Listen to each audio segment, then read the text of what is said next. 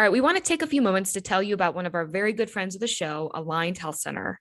Aligned Health Center is the first chiropractic biophysics clinic in Northern Ohio serving patients in Westlake.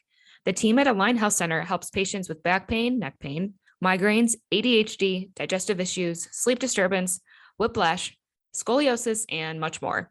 The mission at Aligned Health Center is simple: to help people in Westlake and Beechwood areas achieve the best possible health and overall wellness. They know what it's like to have constant neck and back pain. It's no fun, and they are here to help. And as a special offer for the Oranges Orange listeners, it's you guys, Aligned Health Center is offering a free exam to our incredible fans. That's right, free exam at no cost just for you. So give Aligned Health Center a call at 440-230-6865 or visit their website at alignedhealthcenters.com to make an appointment and to learn more about how Aligned Health Center can help you. Make sure you mention Oranger at checkout to receive the free offer. Again, that's 440-230-6865 or visit alignedhealthcenters.com. Part of the Press Play Podcast Network.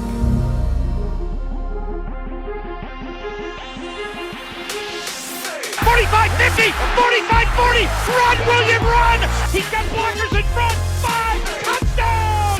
Joshua Cribbs turns disaster into a score! Kick block! They blocked the kick! Welcome into the victory edition of the Oranges Oranger, Cleveland Browns podcast. I'm Holly Wetzel. He is Tyvis Powell, and we are celebrating our first Browns opener win since 2004. That was 18 years ago. Tyvis, how old were you I was in 2004? 10 years old, Holly. I was in the 4th or 5th grade. Oh, my God. I was a freshman in college. Wow. Time flies when you're having fun. Right. Another stat. Did you know this was the first road opener win for the Browns in 28 years? You weren't even born, were you? 94? I just was born. Oh, Look are at you that. 28 now? Yes. Oh, that's right. I knew you had a birthday, but I don't know if you were 27 or 28. Yeah, 28, man. Time goes fast, you know. I felt like I was just 6 years old, man, running in my flu games, getting in trouble at my grandparents' house. Time goes fast. What was something that you got in big trouble when you were a kid?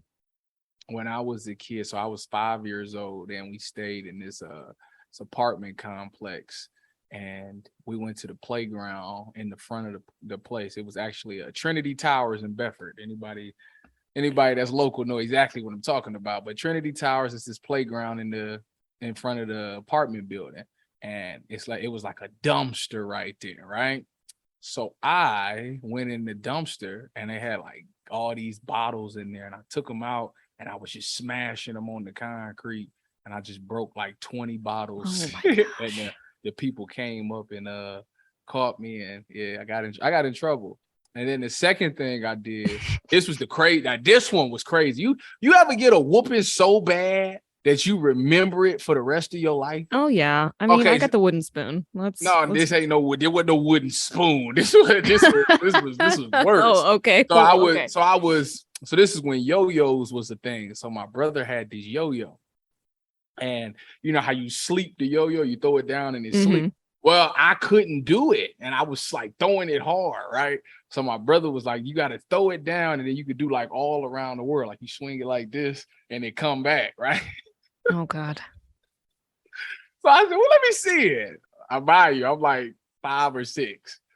No, I had to be 5. I was 5 for sure.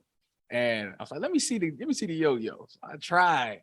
And when I do it, I break my mother's dining room glass table, like shattered it. Oh, jeez. Right?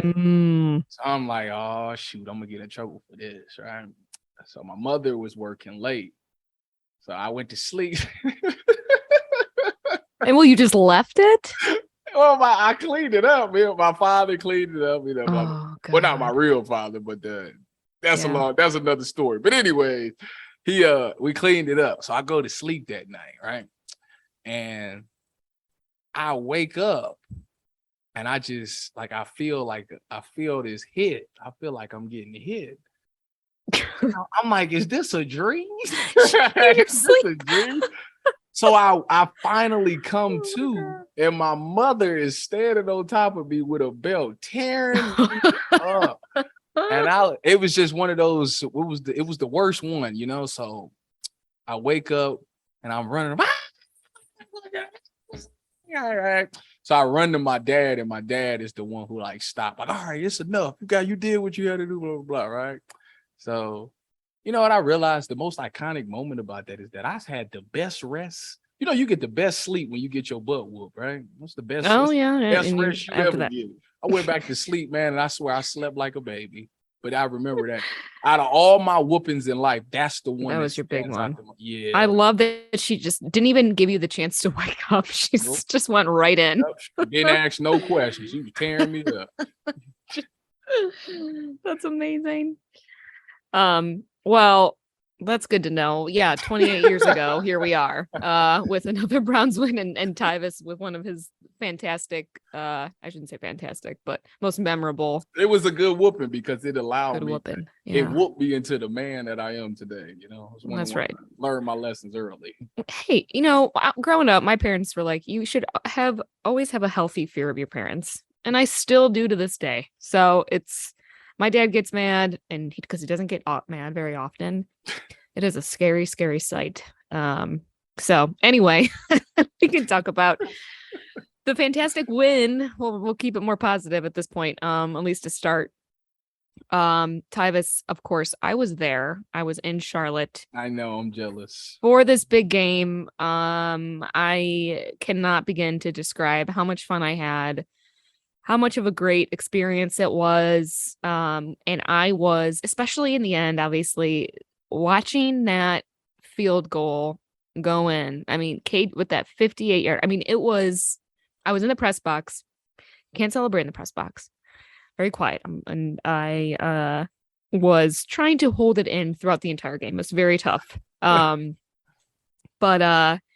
it was, I recorded that. So I was with my teammates from ESPN Cleveland down at the game. And so I was videotaping some of them, Tony Rizzo from The Really Big Show, and Chris Oldak, and Tony Grossi, who's one of our Browns analyst, who is our Browns analyst, I should say. And their reaction, I mean, it was great. They, first of all, were keeping everything in, like hands over the mouth, like, oh my God. And then the last, 8 seconds left, Tony Rizzo was like, well, we still have 8 seconds left. Like, we can't ever relax, as Browns fans. And then I gotta say, like, so my brother lives down there, which I've talked about. We went down and tailgated in like this huge tailgate lot that was just for Browns fans. Was it more Browns fans than Carolina fans at the game? It wasn't more, but there was there was like 180 spots sold. And so, I mean, it was thousands and thousands of Browns fans all over the place. I mean, I felt like I was in Cleveland. Downtown, like there was crazy. The Browns backers party the night before was insane. Kevin Mack was there signing autographs. There was a DJ and just, probably a little over 1,000 people there. I mean, it was nuts. I ate fantastic at Fahrenheit down there. That's the best part right there. You know how much meat I ate, Tyvis? I ate every possible meat, I think. I ate pork. I ate chicken. I ate beef. I ate steak. I ate salami. I ate ham. I ate capicola. I think that's how you say it. I'm not Italian. I'm jealous. What else did I eat? I mean, I had the best Wagyu beef. Woo! That's good stuff right there. Woo! Closest they said the closest you could get to actually having it in Japan. I mean, it was by far the best I've ever had. Well, paprika whipped mashed potatoes. You know what I had? Oh. This one. You ready for this one? I had a stunner. Subway. Ooh, what game day Subway? I had a Subway club, man. I haven't had Subway in a while. She go, I haven't either. The audacity to ask me, do I want a 6-inch or a foot long? I looked at her and I said, what you think? What you think I want? Said, yeah, I would never even ask you that question. That's my girl. Oh God. Yeah, I didn't. my celebration was a little bit different than yours. Obviously, I watched the first half at the Browns training facility because I did the pregame there, and then they wanted me to do the hit section for halftime show with Jeff.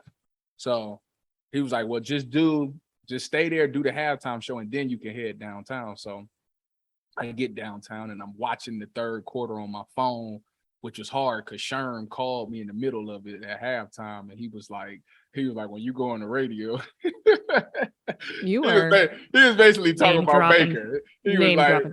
He was basically saying, like, when you go on the radio, say Baker still play for he's still an employee for the Browns, huh? He out there giving y'all gifts.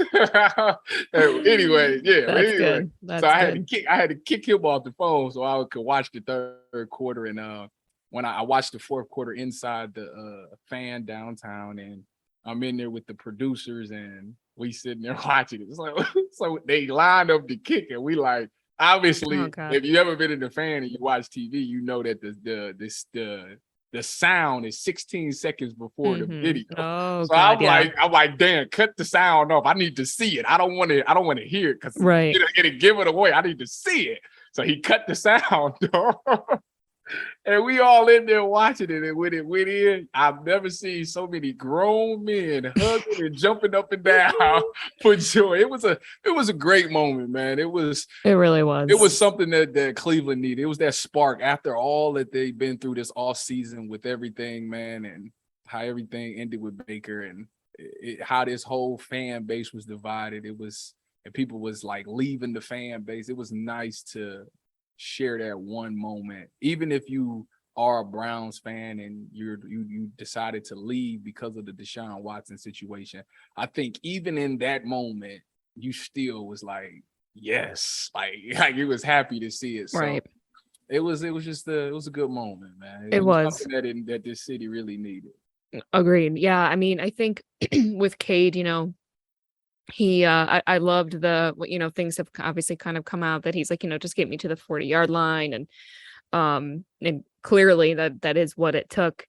I think about how different reactions would have been had we lost that game, where the blame would have been pointed, and what we'd be harping on. And I agree, like, I've been reading up on different recaps and watching different shows and stuff just about the game and different people's thoughts, and I think it was, God, I don't remember what show it was now, but and I know you and I have talked about this, and really you have harped on how there are 52 other players on this team, right? Like, it's not, Deshaun is one, but all these other guys, and I think this was a really good opportunity to showcase that.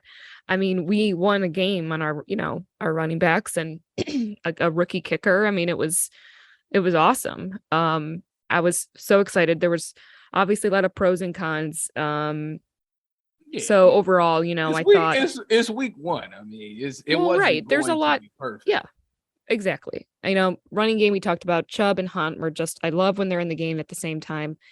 Kareem just seemed to be really it's so funny between the two, right? Like, Chubb is just like this silent, like, G, right? He's just this, like, he's really good. He's really freaking good at football. Sure is. And he just goes in, he just does his job. And it's like, and it was fun because even Kareem was just a lot more, he just seemed way more, he played great, but he super animated. Definitely can tell he's in his contract year, just had a really high energy. Well, the thing I don't take no credit away from Nick Chubb, because Nick Chubb is obviously one of the best running backs, but you can tell to Kareem, he's from Cleveland. Yeah. So it means more to him. Not saying that it doesn't mean much to Nick Chubb. That's not what I'm saying. But it's like when I played at Ohio State, like when you're at Ohio, you're from Ohio, like it matters just a tad bit more to you. And I think even Kareem said that in his post-game interview. He was saying that, I'm from Cleveland and I'm tired of hearing people to bring up that we ain't won and stuff. And that stuff does matter. Like, you tend to play just a tad bit harder when you from the city. So I think that's why Kareem played the way, even though he's always had that potential. It was nice seeing Kevin Stefanski feature him more because since he's been here, we haven't really utilized him like Kansas City was. Like Kansas City Kareem was unbelievable. Right. He gets here and he's kind of like taking like a back row seat, and he's not that type of guy. He's actually like a superstar, and it was great to see him be featured. And I'm sure we're going to see a lot more of that. I mean, at least for the next 10 games until Deshaun gets back. So right. I do want to talk a little bit about Jacoby, and then I do want to talk a little bit, obviously, more about the defense with you. But offense wise, I thought Jacoby played okay. I actually, like, right after the game, I was like, oh, I thought he played terrible, and I look back and you kind of gather thoughts of things and watch things. And it's so different, by the way, watching the game like that in person versus TV. I don't go to a ton of games. I don't like to go to a ton of games because I do like to be at home, right? Like, you like to hear what's going on. It's way more difficult. And replays and the whole thing. And that's the biggest, the replays. But if you go with somebody, if you went with me, you would enjoy it because I would break it down to you. Like, right. I would actually love to go to a game with you. We should make this happen. This is the thing. I watch the game. I'm very calm when I watch the game. Like, I'm like, are you? I'm like a silent assassin. Like, I don't show no emotion while I'm watching. But I did when they kicked their field goal. I sure did. But outside of that, I'm really, because I'm too busy analyzing what's going on. I'm breaking stuff down in my head as the play is going on. So I think if you went with somebody like me, I'll be like, oh, they in 3-by-1, the defense is in this, blah, blah, blah. This is what they supposed to do. If something happens, I'll be like, this is why this happened right there and there. It would be like watching the replay, because I'm gonna tell you. I would love that. We should make that happen. You'll have to come to a game with me. But Jacoby Brissett. Okay, so overall, what's your grade? I'd give him like a C+, B-, something like that, because he did enough to win the game. He's not great. The best thing that he did, what makes him different than Baker, is this. There's two things. One, and I may give credit to Baker Mayfield, because the biggest knock that I ever had for him was that when it came to the clutch situations, he either turned the ball over, he just didn't get it done. He actually put Carolina in a chance to win that game by getting them down the field and doing what they did. So he has improved in that area. With that being said, this is Jacoby Brissett's first time in the Browns uniform. First career start as a Brown. And this man marched down the field and put together a game-winning drive to set up a field goal, which is crazy because Baker hardly ever did that. So in that aspect right there, that's what you want out of your quarterback. And the second thing was that he didn't turn the ball over. Like, that's right. And he's going to be reliable in that sense. That's literally what you need the most. I don't need him to score. Would it be nice if he scores 2 touchdowns? Right. Yes, absolutely. But at the worst, don't turn the ball, because you're giving us a chance if you don't turn the ball over. There's no momentum being given to the defense. You're not shortening the field for that offense. You're actually giving us a chance to drive down the field. So I think that is, when you look at it for who he is, because he's not like the top 15, top 10 quarterback in the league. That's not who he is. But he takes care of that football, and that matters a lot. I mean, like I continue to tell y'all, the top 3 things on the plan to win a game is play great defense, run the ball, and take care of the football and create takeaways. That is literally what you've seen them do. I mean, they hit every last area. Boom, boom, boom, boom. So that's why ultimately they won that game. Right. Yeah, and like you said, look, he's not going to be a big risk taker. He is going to be a solid, you know what you're going to get. He's going to play it safe. And I'm fine with safe, right? I think in this offense, I think it works, especially if we're going to be running the ball more. So I'm good with that. I think I am a little, it does make me question a lot of the preseason action, right? And I know that's just like an age old, like, is it necessary? Is it not? I think especially with this new offense, with these new guys, rookies, new wide receiver group, I just felt like there could have been more maybe to get them more in sync together. I agree with that. Because I don't recall Amari Cooper playing in the preseason. He did. He played. No, did he play one game? Or no, that was, yeah, he did. He was hurt the one, right? I don't recall, but it was evident One, that the chemistry between the two is not right. like it's supposed to be. Like, it's different going against your guys in practice because you see it. Like you obviously figure it out, but a different team is going to give you different looks, and the timing is going to change a little bit. And it was a couple of times that Amari Cooper, he's unbelievable. He can be open literally at any given moment. And it's almost like you got to stare him down to know when to throw it. And like I said, on that first play where he sauced J.C. Horn off the line like he did, and Jacoby overthrew him and almost threw a pick to the safety, he wasn't expecting it. I'm telling you, he messed him up so bad off the line that it was shocking that he was just that naked like that. That's why he threw the ball. Oh God, yeah. I also want to talk about. I want to get your defense thoughts. I want to know who your standout was. I mean, first of all, Miles was fantastic. Yeah, there's 4 sacks on Baker. Racked up 6 pressures, 2 sacks. He had 94.4 pass rushing grade. Just amazing. Definitely was off the leash, Tyvis, as he was hoping to be. My standout for the defense is actually the whole linebacker unit. I thought it was going to be interesting to see how they would handle CMC. And they really did a great job. Anthony Walker had a play on CMC that I was like, yeah, that's what I'm talking about right there. I mean, you can clearly tell that Anthony Walker watches a ton of film and he knows personnel, and he knows formation, because it was like a one-on-one situation where they kind of threw like a dump off pass to CMC, and he beat the tackle or whoever it was. He beat a lineman and made the TFL in the backfield. And that's big time, man. Like, I didn't know Anthony Walker could even move like that. So I was impressed by them. The drops by the linebackers and their pass drops was perfect. I seen Taki on that blown touchdown play, the one that Robbie Anderson caught the 75. Taki did one of the best buzz drops I've seen a linebacker do, because you can't get this type of stuff out of linebackers. They so locked into the run game that they be short setting they drops. But on that particular play, J3 and G could have let DJ Moore go, because Taki's buzz drop was so perfect that he actually covered it anyways. So I was actually impressed with how the linebackers play. They don't really get a lot of recognition and they don't get a lot of credit, but they're as athletic and they're good as anybody in this league. And JOK had some major big plays.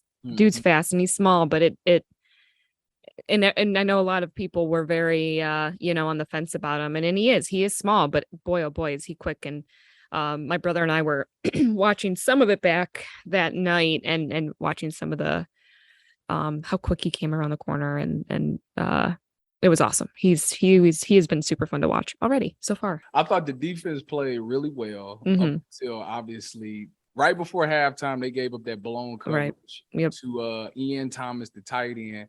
And what happened, let me explain to you what happened. So if you go back and watch the play, which first of all, you follow me on Twitter, you know what happened because I already told you. But you did. If you sent me your screenshots of your tweets. If you go back and watch the play, I want to say it's Denzel Ward coming on late. So obviously Carolina went tempo on this play, and they was trying to switch personnel, and I don't know what happened, but Denzel or somebody is running on the field late. And Denzel, if it is Denzel, he ended up in the nickel's position, which Denzel does not play nickel. So you see J3 trying to tell him what he has. So obviously they was in cover 3. If you're in cover 3, a cover 3 beater is 4 verticals, because it's hard to, obviously if you're playing cover 3, it's a zone that's open. So what you have to do on the defensive side is one of the buzz players have to carry the seam. And in this particular formation, usually it's the down safety. So if you go back and watch it, it would be Grant Delpit in this place. But the running back is actually to the down safety. So he cannot carry it. He has to call a danger call. When you make this danger call, he's going to make it to the safety, to J3, and J3 has to relate it to the nickel. So the nickel becomes the carry man, because on a normal play, the free safety would lean towards the nickels guy on the seam, and the down safety would take the tight end on the seam route. But since the running back was to that side, they cannot do that. Makes a danger call, flips it. Now Dale Pitt is the buzz player, the nickel's carrying his guy, and J3 has to actually lean towards Dale Pitt. And he doesn't do that because he was so busy trying to get Denzel right that he forgot that he was calling danger. He had to lean opposite of Denzel. So that's why Ian Thomas ran down the field wide open, because J3 kind of missed that one right there, which is, if they were set and everybody was on the field, I don't think they make that mistake. But due to the fact that they was rushing and that tempo got them, I think that's related to that big brain fart. Will that get fixed over time, do you think? That's one of those things that's never, it won't happen again, as long as you only make that mistake one time. But like I say, it doesn't happen often. Usually they always go gun far. Gun far is when the running back is opposite of the tight end, but in this one it was a gun near situation, so the running back was towards the tight end, and that's when you have to make that call. I know this for a fact because when I played in San Francisco and I made my only start against Oakland, I had to make this call, and I ended up making the play. So I know for a fact that's what happened, 1,000%. And if you go in the field, they probably watch this and be like, he 100% correct. So that, and just come on and talk to us about it and let Tyvis know. So that was that. So that was that one, and then obviously on the Robbie Anderson. So this was Boston Reno. Boston Reno is what we called it in San Fran. I'm not sure what they call it in Cleveland, but Reno is probably what it's called. And it's cover 3. So it's cover 3, but it's a spin on it. So if you go back and watch that formation, it's 3-by-1. So it's 3 receivers to the front side, receiver, and the tight end is in a grave dig position. You go backside, it's just a nub side tight end. So when you call Reno, Denzel, that backside corner, locks the tight end man to man. Dale Pitt is in the post. J3 is on the outside of number 2, and G New is on the outside of number 1.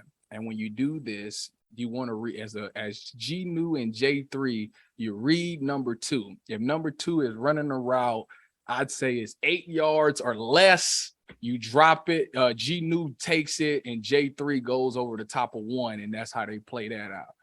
If number 2 runs something 10 yards and deeper, basically, it turns into man-to-man. J3 takes it, and G New locks on his one. So what happened was, DJ Moore ran about a 10 to 12 yard out route, which means J3 should be the one that takes it. G New couldn't really tell the distance of that route, so he jumped it as well, which left Robbie Anderson wide open. Now you say, well, if they in a 3, then it should be running right to Grant Dale Pitt. And you are correct. G New should have been there and Dale Pitt should have been there. But Dale Pitt's problem is, I think he got a little bit bored in that post, and he was so hyped up on trying to make a play that he did not get enough depth in his drop in the post. And Robbie Anderson went streaking right past him. So you have to blame it on their correction side. G New has to run with it, but Dale Pitt ultimately has to be the one that gets that ball down. He has to get deeper. His eyes should be front side, because backside Denzel is man, so there's nothing there. He's supposed to read 2 to 1. So if 2 runs a deep over route, is his. If he runs a post, is his. If 2 cancels out, you take your eyes to 1 and you look for that post, and that's where he should have took him, and he ran right into Robbie Anderson. This concludes my TED Talk. Yep, I know. Well, I still got it. You still got it, and it's super interesting. Yeah, I mean, and a lot of that, I think, what's really cool when you're on your TED Talks as such, it's really interesting because there's so much going on that we don't, as professional football players, know or see, right? Or really think about all of those things that are kind of happening. I mean, you and I have talked about, I think it was when you were first on, when you went in a lot of detail about what, a quarterback has to do. Oh yeah, he gotta come up to the line, and first Right. thing he got to do is check the protection, because he got to Mhm. make sure that he can get this play off. Right. After he checks the protection and make sure that the protection is good, he then looks to see if he can get his running back out, because if Mhm. you're a Baker Mayfield, you got CMC. I mean, come on, you got to get this guy out the backfield. Right. Unless they bring in a blitz, then you have no choice but to keep him in. But more than likely, you want to get him out. Then after that, you got to find your key and see which coverage is they in. So you'd really look for that. Who would be the down safety or the box safety? For the Browns, it's kind of weird because they got J3 and they got Dale Pitt, so they kind of interchange. So you really don't know which one is going to be down.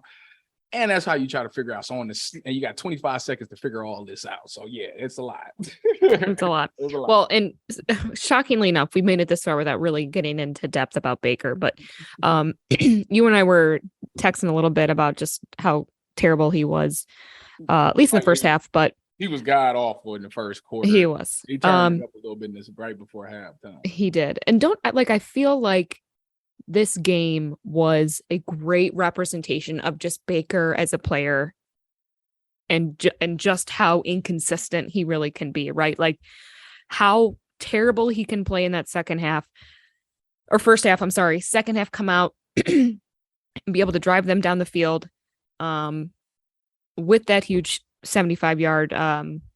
It was 75 yards, right? Touchdown. So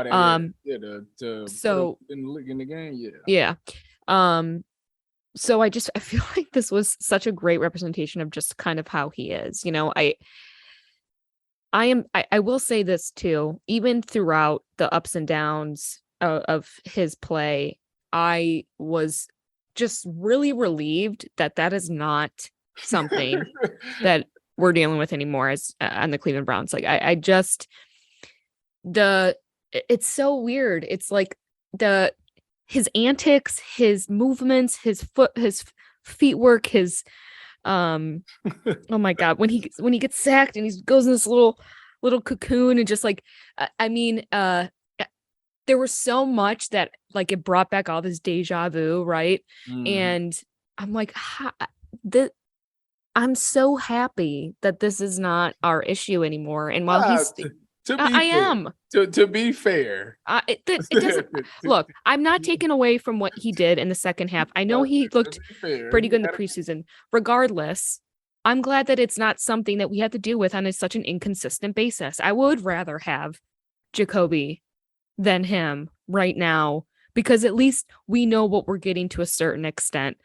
And with Baker, you never freaking knew. You never freaking knew. And that was a big anxiety. I'm an anxious person. I take medication for it. So the Browns and Baker every week was such an unknown. And that's where I'm glad that Miles was off the leash and the whole thing, and Baker made those stupid t-shirts for no reason. So they sold out, we're going on. Yeah, sure they did. But I'm ready to close the door, right? Well, the door has been closed. The door is officially closed. Well, now it's officially closed. It's officially closed. By the way, I heard that him and Stefanski did not exchange one word. Yeah, of course they did. Well, I guess I thought maybe one. Nah. Or maybe two, and maybe it would have started with an F. You know what I mean? No, it shows his sign of maturity. If you can't say nothing nice, then don't say nothing. Don't say nothing at all. Yeah, and I do wonder, had they won, I mean, I was. Oh, he'd have went back. He'd have went full Oklahoma. He'd have been grabbing his junk. Well, and he threw that ball. The fact that he threw that ball when he did run that touchdown in, and just like laser at just right above a photographer. I mean, that's the shit that I just People don't do that all the time. Not like that. They do it all the time. Not like that. People throw the ball at that back wall like that hard. Ow. Come on. No. See, No. now of course, it's a little bit of money. He might have threw it just a tad bit harder than a normal guy because it's something there. But yeah, I mean, But like, what do we expect, right? Like, I know. What do I expect? I guess he's been quiet for so long, he can't, contain it anymore. There's some emotions in there. But it was nice. It was nice seeing, Miles sack him. It was nice watching him tip some more passes. Yeah. It was nice watching him some that fumbles that height thing really is a downfall for him. They got to do a better job of getting him out the pocket because he's gonna see that a lot. That's the cons of being short. Mm-hmm. But, sure is. Well, what else? Anything else you want to conclude with Baker before we officially close the door on the Orange is Oranger of Baker for this week at least? I just hope he has a pretty decent season. Oh, aren't you nice? I hope he sells more t-shirts. It's a contract year for him. I don't want him to be in my position. Put it that way. I'd rather. I wouldn't wish where I'm at. I just don't feel bad for him. That was a discussion in the press box. I just don't. Why? He brought all of this on himself. Like, no one did him wrong. People have gotten way worse in this business. Way, way worse. And you know that. So he brought this all on himself. It is what it is. Had he been good, better, this wouldn't be the case. I don't want him to be in my situation. That's all. Of course not. Wow, that's a very safe answer. I want him to play as long as he possibly can and as long as he wants to. Because nice. When it's over, it's over. I mean, it's all you do is think about it. So yeah, I don't want to do that. I know. I just don't feel bad for him. I don't have any remorse. What is there to feel bad about? Nothing. I ain't saying. I'm not saying feel bad for him. I'm just saying I would. It would be nice for him to have a pretty decent season this year for his sake. Yeah, well, yeah, it would be great that he would have some really great games against the other teams in the AFC North. That would be great. Yeah, that's what I'm saying. I believe in the comeback story. I like a good comeback story. Well, let's not go that far, but just please perform against those other teams that we got to deal with. Browns versus Carolina in the Super Bowl. All right, we're changing the subject now. All right, we're actually going to take a quick break, and then we're going to come back and we're going to wrap up with some Browns Jets action. So we'll be right back. Hey, this is Chase Smith, and I'm here to tell you about our wonderful longtime friends over at Aligned Health Center. Did you know Aligned Health Center is the first and only chiropractic biophysics clinic in Northern Ohio? There is no other chiropractic clinic in the area that does what Aligned Health Center does. Let me tell you all about them. And I should know, I just went to them last month and they were incredible. From the welcome staff to the technicians and the doctors, it was an incredible experience, and I know you're going to enjoy your time there. Chiropractic biophysics is a technique that actually reshapes the spine and restores it to its original correct position. At most chiropractors you go in, you just get an adjustment and you're left with that short-term relief, but it's not actually fixing the underlying structural issues. But at Aligned Health Center, they actually aim to correct the structural issues and provide long-term relief to their patients. I'm talking about back pain, neck pain, migraines, ADHD, digestive issues, sleep disturbance, whiplash, scoliosis, and knee pain. Yes, that's right. They can even help correct lifelong knee pain. And it gets better. They're opening a huge, brand new state-of-the-art facility in Westlake. It's going to look so nice. I saw the floor plans. It looks incredible. You're going to love it.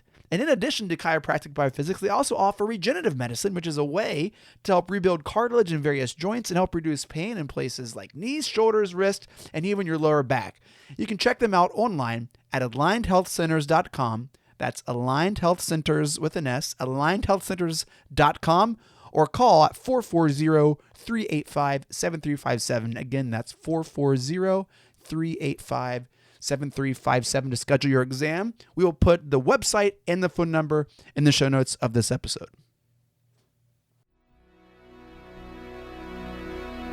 Hey everybody, it's Sam Amico from Cavs on the Break NBA podcast. Be sure to give us a listen for all your Cleveland Cavaliers recaps, analysis, breakdowns, draft talk, free agency. The list goes on and on. Give us a listen, Cavs on the Break NBA podcast. Looking for new insights on the Cleveland sports scene with a unique side of Cleveland sports history? Then you found the perfect podcast. I'm John Sable. And I'm Scott Sable, and we're hosts of the Sable Brothers on the Baseline podcast, a podcast about Cleveland sports, but not your typical podcast about the land's sports teams. Join us as we embark on a journey of sharing a unique and historical side of Cleveland sports history with the help of some former Cleveland sports stars and other historical figures. All right here on the Sable Brothers on the Baseline podcast, part of the Press Play Podcast Network. All right, we are back on the Orange is Oranger Victory Edition. I'm Holly. That's Tyvis. You already know us. He's waving. We got the Jets this weekend, home opener. What are your plans, by the way? What are you going to be at the stadium? I am actually. I am going to be there, ain't I? Sure am. Yeah, I'm going to be there until halftime, and then have to go down to the fan thing downtown. So, yeah. We need to connect. You gonna be at the game? Maybe. I'm definitely gonna be downtown for it. So we should maybe link up. Have your people call friend. Have your people call my people. Yeah. Well, your people, you have more people than I do. So that's not true at all. Yeah, it is. That's not true at all. So it yeah, I'll be there. I gotta. So what is it? 1 p.m. game. I'll be there. I'm on the air at 11. So yeah, I'll be there sometime in the morning before they start shutting the streets down. You should come to our VIP, our tailgate, our VIP tailgate that we have before. Let's talk about that. Yeah. Let's get to the Jets. All right, we got the Jets. So Jets lost last week. Trying to avoid an 0-2. Hopefully we can deliver that 0-2. Mm-hmm. Lost to the Ravens last week, 24-9. Boy, oh boy, it was an interesting week one. It always is. Right? It always is. I know, but Joe Burrow sucked. I mean, yeah. But you know what the crazy thing about him? He threw 4 picks, but with Joe Burrow, I'm telling you, that boy is like Tom Brady. It don't matter what he does. He's still going to give you a chance to win in the end. I know. He's amazing. I love him. I really do. Everett McPherson hit the field goal. He still with 4 picks find a way to win the game. So that's something. I will say Zach Taylor is I'm questioning his coaching, but we're not even gonna get into that. We're here to talk about the Browns and the Jets. I think Browns are favored, 6.5 points. Got Joe Flacco starting. Zach Wilson's hurt. Mm-hmm. He's messing with moms. He is messing. I was trying to avoid saying it, but here I am. I'm with you. What an interesting story that is, you know? He's out there with Stifler's mom, you know? Yeah, and he looks I know he's young, but he looks even younger, which is even more difficult to really wrap my head around that. Looks innocent, doesn't he? He does. He looks innocent. That's how they get you. Oh, God. Yeah, they do. You just don't know.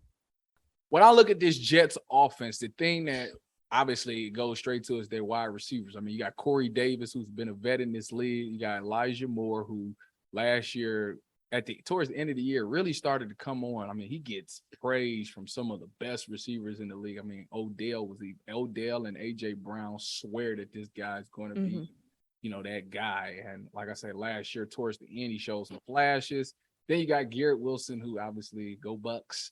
He made a couple of plays last week. So, I mean, their receiving core, it is young, but if they find some confidence, they can be a problem. But I will take our secondary against theirs because obviously we got a great pass rush, and I think they left tackle is not good at all. I think, as a matter of fact, I think one got hurt. Now, if I'm not mistaken, I think they left tackle might have got hurt and the backup just got destroyed in that game. So if that's the case, then Myles Garrett should have his way in that game right there. And that will lead to Joe Flacco getting rid of the ball. Mm-hmm. Running back wise, I mean, they got Breece Hall and they got Michael Carter. Both really good running backs. Michael Carter runs the ball pretty hard, but he's nothing that I don't think he's like a problem that our linebackers shouldn't be able to handle. And they're going to make it. Joe Flacco threw the ball 59 times last year. So our secondary going to did over 300 yards, though, I think. I mean, but still. We're 59 passing. Well, you better have over. Well, that's true. That's I've seen worse. Ridiculous. Yeah, if they turn it into a 7-on-7, the problem is he ain't gonna have that much time, man. They gonna turn this into like a slant jailbreak screen type thing. You gotta take an aggressive defense and slow them down, and you do that by throwing not jets, screens and jailbreaks like that. So, that's the only way. Ain't no way this line gonna hold up long enough for them to run those type of routes. Mm-hmm. Yeah, it's gonna Nick Chubb's definitely gonna be pushing them to their limits. So all right, well then what's your prediction? I was wrong last week, so there's that. My prediction for the game, what's the score prediction? Yeah, I'm gonna say 24-10 Browns. Yeah, that's pretty good. I'll say 24-14. That's pretty good too. Oh. It's better than pretty good. I would like to see Jacoby actually throw a touchdown. I want to see Njoku get heavily involved. Yeah, that would be nice to see some action from him. I mean, listen, Mr. Franchise. Every week is going to be a different way to skin a cat because I know. Of course, we're overreacting. It's week 1. That's what we do. No, but I'm saying, like, Kevin Stefanski has to be creative for the time all the way until Deshaun comes back. So I think he has to take it week by week. Let's look at matchups. Who is our matchup? You got at the corner position, you got DJ Reed, who I played with in San Fran, really good corner, really solid corner. And then you got Sauce Gardner, who's their first pick in the draft, their first round pick, I should say, first pick in the draft. So he's a young rookie, but I like him. He's tall, long, and he's very athletic. So that's your corner matchup. And then I would think of Njoku as being the X factor because if you put a linebacker on him, obviously he's more athletic than the linebackers, and you just have to find a way to get you have to justify paying him this money. So yeah, you got to start featuring. Yeah, you freaking do. I mean, yeah, you got to. So there was a lot of questioning, where he was. So I know a lot of it will start to gel, right? Like that's where that's the preseason discussion and all of that. But look, we're going into week 2. I do feel pretty confident. It'd be great to be 2-0, man. Really would. Big game for Amari Cooper. Big game.